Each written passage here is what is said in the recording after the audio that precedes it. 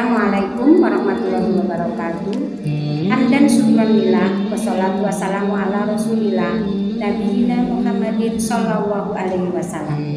Sahabat-sahabatku, jangan beranjak. Simak sejenak kisah perjalanan hidup dari Ummul Mukminin Zainab binti Khuzaimah radhiyallahu anha. Bismillah, marilah kita mulai kisahnya. Sekira 13 tahun sebelum masa kenabian, di tengah hiruk pikuknya kota Mekah, lahirlah seorang bayi perempuan dari Bani Hilal. Lahir dari seorang ibu yang bernama Hindun binti Auf dan seorang ayah yang bernama Khuzaimah bin Al-Haris Al-Hilali. Bayi mungil itu diberi nama Zainab. Zainab binti Khuzaimah bin Al-Haris Al-Hilaliyah, itulah nama lengkapnya.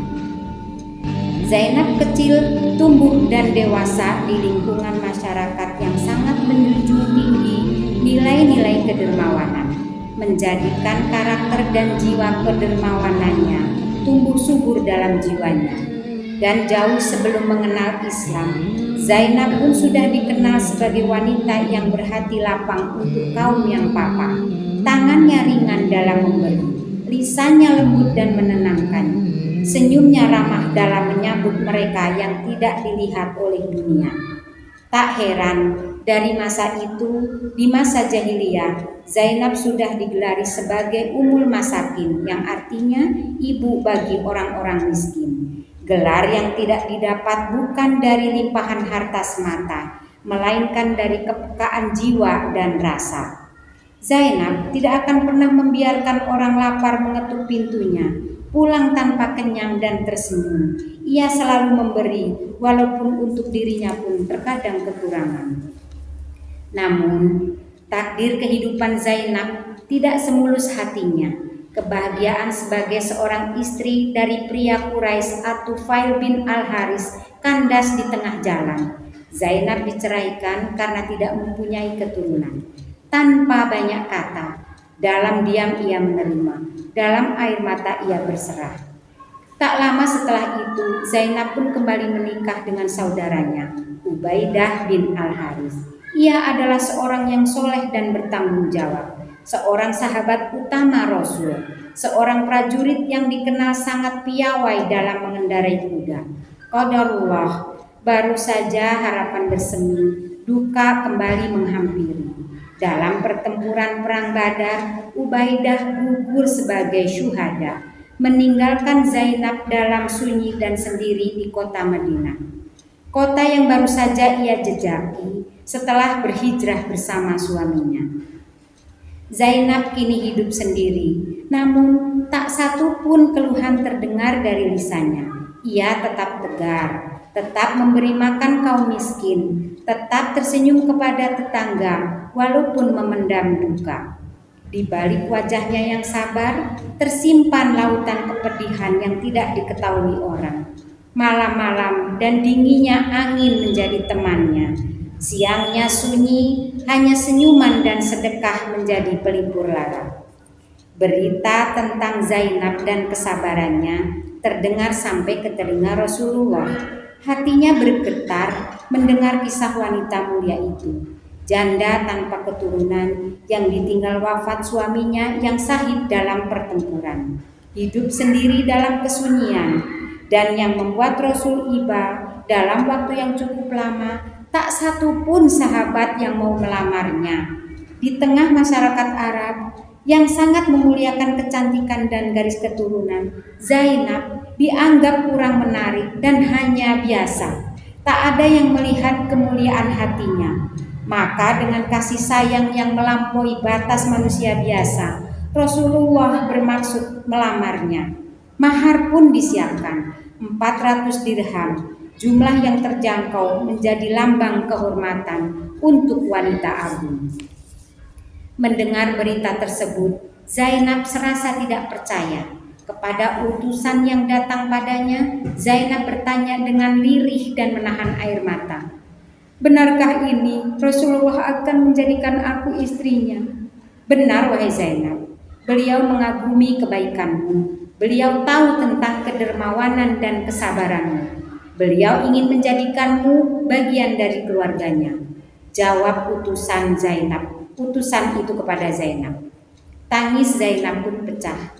Dalam sujudnya di keheningan malam, Zainab berbisik, "Ya Allah, setelah begitu lama aku hidup dalam kesunyian, Engkau balas dengan anugerah yang tidak dapat aku balas. Engkau pilihkan untukku Rasulmu, kekasihmu." Di bulan Ramadan, pada tahun ketiga Hijriah saat itu, di saat usia Zainab 29 tahun, pernikahan Zainab dengan Rasulullah pun berlangsung.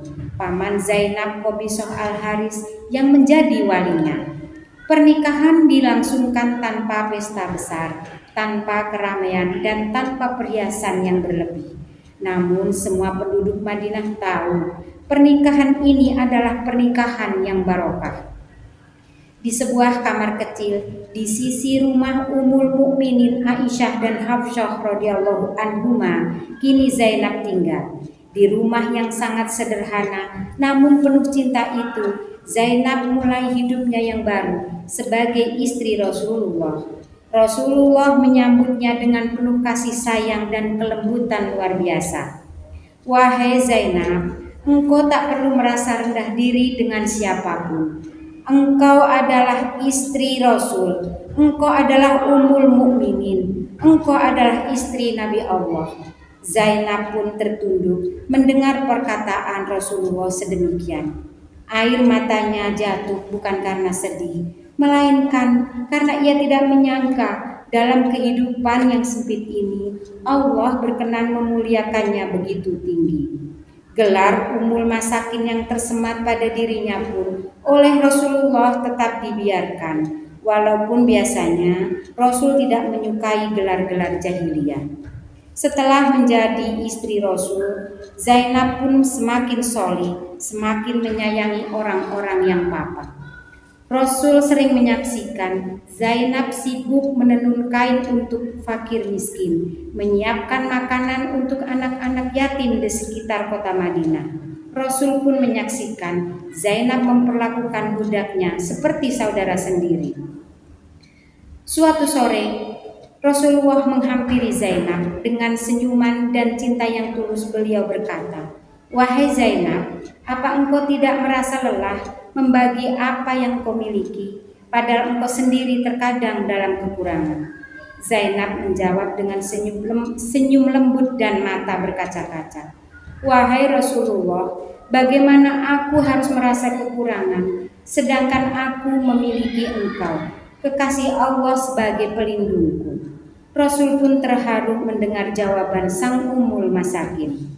Demikianlah hari demi hari dilalui Zainab, dipenuhi dengan kebahagiaan dan kasih sayang sebagai istri Rasulullah. Zainab berakhlak sangat baik kepada istri-istri Nabi yang lainnya. Tak pernah terkisahkan sekalipun Zainab berselisih dengan madu-madunya. Hari-harinya hanya diisi dengan amal soleh, disibukkan dengan menyayangi dan memperhatikan kaum miskin yang papa. Bahkan Ummul Mukminin Aisyah radhiyallahu anha pernah berkata, "Aku belum pernah melihat seorang wanita seikhlas dan sesabar Zainab." Namun, kebahagiaan rumah tangga dengan Rasulullah pun tidak berlangsung lama. Hanya sekitar 8 bulan usia pernikahan mereka. Beberapa bulan setelah pernikahan yang penuh berkah itu, Zainab sakit, tubuhnya makin lemah.